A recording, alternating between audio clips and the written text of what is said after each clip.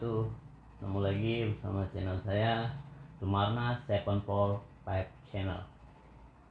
Ya, oke, terima kasih ya sudah mau terus mensupport channel ini. Semoga channel ini kedepannya terus berkembang.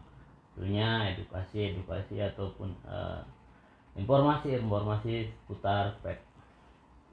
Ya, di sini ataupun di konten ini sekarang saya tidak akan unboxing ataupun tidak akan mengenalkan sebuah produk. Nah, di sini kemarin mungkin ada sebagian subscriber saya yang beliau pengen beralih ke pet. Makanya beliau bertanya kepada saya, mungkin konten saya isinya pet semua gitu kan. Walaupun baru saya terjun di dunia YouTube gitu kan, beliau juga heran kok orang ini bisa bikin konten web gitu kan. Padahal ibarat kata mungkin dia kenal di saya kayak di Facebook, di IG gitu kan. Nah, kebanyakan kan saya istilahnya bisnis gitu kan, kebanyakan saya bisnis. Cuman ya mungkin beliau tahu konten YouTube saya dan isinya web. Beliau bertanya, "Bang," gitu kan, pada saya perokok berat bang gitu kan, tapi di sini saya pengen beralih ke pep kayak abang gitu kan, pengen tahu pep gitu kan. Saya soalnya belum pernah bang ya kan, menggunakan pep, apakah saya boleh atau saya bisa ya kan? Nah, di sini saya menanggapinya ya mungkin karena emang beliau belum pernah sekali ya kan. Saya bilang begini, "Bang, sebelum Anda beralih ke pep, Anda harus tahu dulu pep itu apa, risiko pep itu apa, dan positifnya pep itu apa. Tiga dulu. Kalau untuk masalah varian ataupun Anda cocok pakai yang mana, itu nanti setelah Anda paham dulu tentang pep." Nah, di sini saya mungkin bilang ke beliau, ya, Anda mungkin kalau setelah nanti mengenal pep, saya pastikan Anda akan berhenti merokok konvensional. Dia bilang, "Emang kenapa bang?" Di pep, pertama, kita bisa merasakan sensasi mungkin dari varian rasa ya. Sensasi kita demennya, orangnya penikmat buah, kita banyak liquid yang rasa buah ya. Kita penikmat creamy ya, kita banyak liquid yang berasa creamy. Nah, dan itu juga untuk pengeluaran kita dibandingkan rokok konvensional itu di bawah gitu. Misalkan gitu kan, kayak saya merokok biasanya sebelum saya mengenal pep, saya sehari bisa 3 bungkus Marlboro merah gitu. Setelah saya mengenal pep, alhamdulillah gitu kan, pengeluaran saya seharinya paling juga habis makan aja. Habis makan saya merokok sebatang, habis itu saya udah enggak lagi, paling saya ngepek sisanya. Dan biasanya saya ngeluarin per bulan itu duit beribu. Nah, setelah saya kenal pep, saya cuma mengeluarkan beberapa ribu aja gitu. Nah, di situ sisi positifnya untuk pep. Terus beliau menanyakan lagi, "Bang, bahaya enggak sih pep itu?" Katanya sih lebih bahaya. Oke ya kan. Untuk masalah pertanyaan ini, mungkin saya tidak bilang pep itu 100% aman. Dan mungkin perokok di seluruh dunia mungkin tahu apa itu bahayanya merokok ya kan. Tapi namanya untuk mencapai sebuah kepuasan, beliau tidak hiraukan itu. Yang penting gua beli rokok ya kan, gua isep santai gitu kan, apply gitu. Nah, itu juga dengan pep. Saya tidak bilang gitu kan atau mempromosikan bahwa pep itu aman 100%, enggak ya. Enggak. Tetap sama resikonya, sama kayak rokok konvensional, cuman ya sedikit lebih aman.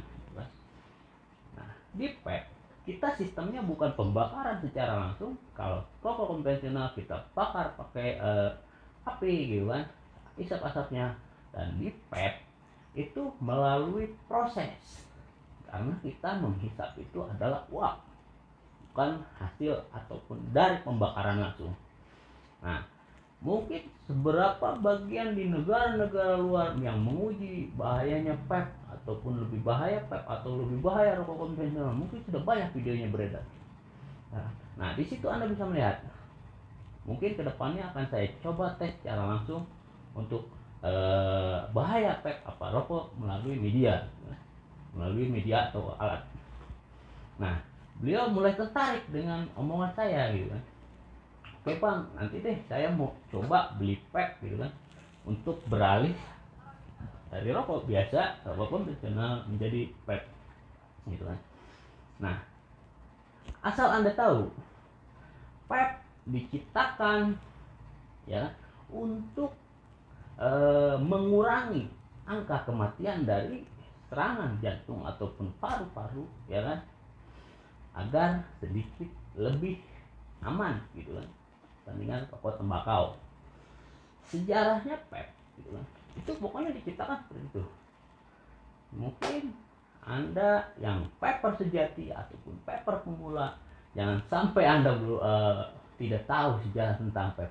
Anda hebat nge-PEP, gini, bilang ke orang lain. Tapi pasti tanya sejarahnya, Anda tidak tahu. Jangan sampai seperti itu. Ya, jadi kita harus bilang bahwa PEP ini seperti ini. Itu jangan emang ada yang ditutup-tutupi. Saya ini biur, terus terang. Ya, kenapa PEP dibatasi? Gitu. Karena PEP juga resikonya sama gitu. PEP boleh digunakan oleh orang sudah berumur 21 tahun ke atas gitu kan. Jangan sampai di bawah umur sudah menggunakan PEP. Begitu juga rokok juga sama. Jadi walaupun bungkusnya mau dikasih gambar apa, kasih gambar ini, kasih gambar yang menjijikan sekalipun, kalau emang orang itu pecandu rokok berat, dia juga tidak akan melihat gambar gitu kan. Yang penting dia lihat isinya, yang penting gua beli rokok isinya pas gitu kan. Isinya 20 ya isi 20, oke. Kecuali gini, perusahaan rokok ya kan, menjual barang-barangnya secara mahal dan isinya dikurangi. Misalkan ya kan, isi di dusnya 20, isi aja 15 batang. Saya jamin tuh pasti kecewa semua. Ya kan? Mungkin ya kedepannya orang udah kesal banget tuh kalau beli rokok kurang terus gitu kan. Nah, oke. Saya juga sama Bang, dulunya saya perokok berat gitu kan. Makanya di sini saya pengen beredukasi gimana kita caranya barang-barang berhenti untuk merokok gitu kan, biar badan kita tetap sehat gitu kan. Kenapa saya beralih ke PEP? Karena saya emang tujuan utamanya saya pengen berhenti merokok gitu kan. Dari tahun 2013 saya kenal PEP. Di situ saya beranggapan, waduh, saya setiap bulan mengeluarkan uang segini buat rokok aja gitu kan. Nah, saya kenal PEP pertama itu namanya Istiqfiko ya. Di situ saya tidak tahu bahwa ini itu kayak gimana penggunaannya. Saya ngeliat orang PEP gitu kan. Waktu itu saya beli kalau nggak salah sekitar 650.000 2013. Saya pakai liquid yang mereknya Liqua yang kecil ya, yang harganya cuma berapa waktu itu, cuma 10.000 kalau nggak salah. Tapi di situ saya mulai merasakan bahwa ini ya lebih enteng gitu daripada rokok. Entengnya dari segi apa? Dari segi materi pertama gitu. Saya beli liquid cuma 10.000 ya, kepake bisa nyampe seminggu 2 minggu. Anjir, saya bilang ini saya bisa menabung ini gitu kan. Waktu itu saya sudah kerja di pabrik dan saya mulai menabung. Alhamdulillah gitu kan. Setelah saya kenal PEP, saya bisa kebeli motor ya kan. Saya bisa kebeli motor lagi buat istri. Saya bisa kebeli lagi alhamdulillah mobil gitu kan. Saya sudah kebeli lagi alhamdulillah rumah gitu kan. Di sini saya tidak sombong, cuman saya ingin mengajak rekan-rekan perokok berat untuk berhenti merokok. Nah, itu rokok apapun, saya pengen mengajak intinya berhenti merokok. Nah, melalui apa? Kalau emang secara langsung tidak bisa, ya mungkin ini medianya, PEP ya kan. Vape itu sama dengan rokok konvensional, cuman dia bersistem elektrik gitu kan. Ada juga yang bilang, bang, apakah vape itu bisa meledak gitu kan? Mungkin apakah itu vape itu bisa menyebabkan apalah. Saya tampung semua pertanyaan. Saya bilang begini, saya jelaskan, semua, bukan vape aja ya, semua barang-barang yang bersistem elektrik melalui kelistrikan itu beresiko untuk, pertama, konslet, ya kan? Konsleting itu udah jelas. Kedua, kerusakan fatal, mungkin panas, ya kan? Benar, ya kan? Panas itu pasti terjadi untuk kelistrikan. Untuk ketiga, meledak itu bisa jadi, ya. Karena apa? Itu banyak faktor. Entah itu perawatannya dia tidak tahu, entah itu dia tidak bisa menggunakannya, entah itu dari segi barangnya ada yang miss, mungkin dari segi mungkin untuk vape, modnya ini, pakai baterainya ini, pakai RDA-nya ini, pakai kawatnya ini, jadi semua tidak sinkron.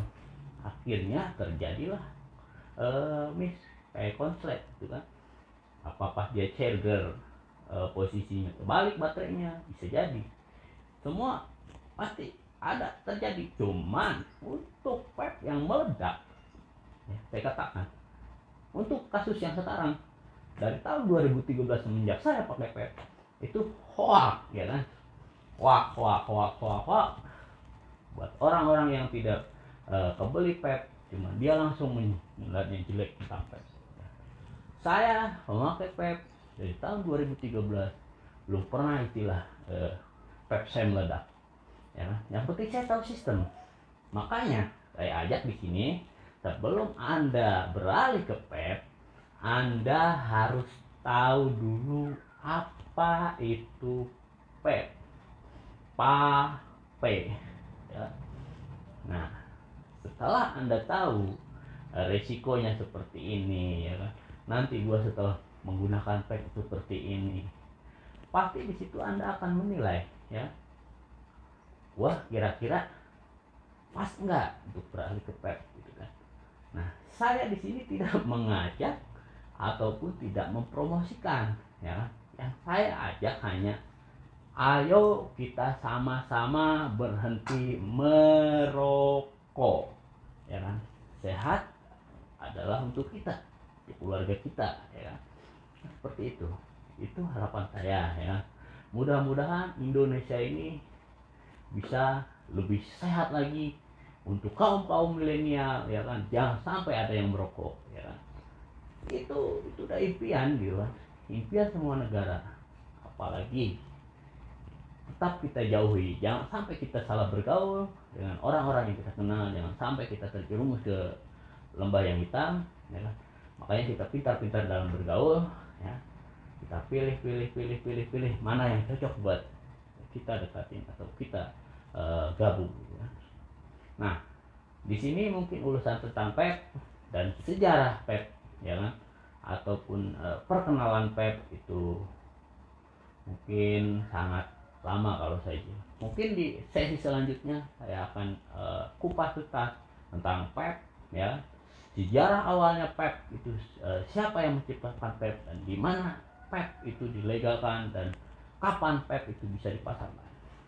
Mungkin di sesi selanjutnya saya akan kupas tuntas itu, dan mungkin sekarang cukup sekian dari saya, dan terima kasih Bang yang kemarin sudah nanya ke saya, jadi saya terpikiran itu, ya. Jadi sekarang saya bikin konten yang mudah-mudahan gitu, kita semua ataupun orang tua yang di rumah bisa menjaga anaknya dengan baik, khususnya anak sudah mulai menginjak usia masa puber, ya.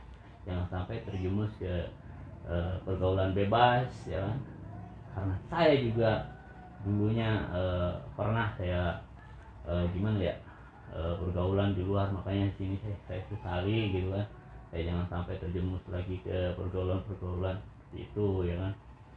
Alhamdulillah sekarang saya sudah mulai bisa menilai mana yang baik dan mana yang Ya, terima kasih untuk subscriber saya. Semoga Anda di rumah tetap sehat selalu. Jangan sampai kita terbawa suasana keramaian Lebaran, ya kan? Karena peraturan pemerintah juga masih tetap jaga social distancing. Jangan sampai lupa pakai masker. Kalau keluar jangan lupa bersih-bersih diri. Mohon lindungan pada Allah Subhanahu wa taala. Semoga kita semua diberikan kesehatan, keselamatan dunia maupun akhirat. Terima kasih. Wabillahi taufiq wal hidayah. Assalamualaikum warahmatullahi wabarakatuh. Salam ngabul.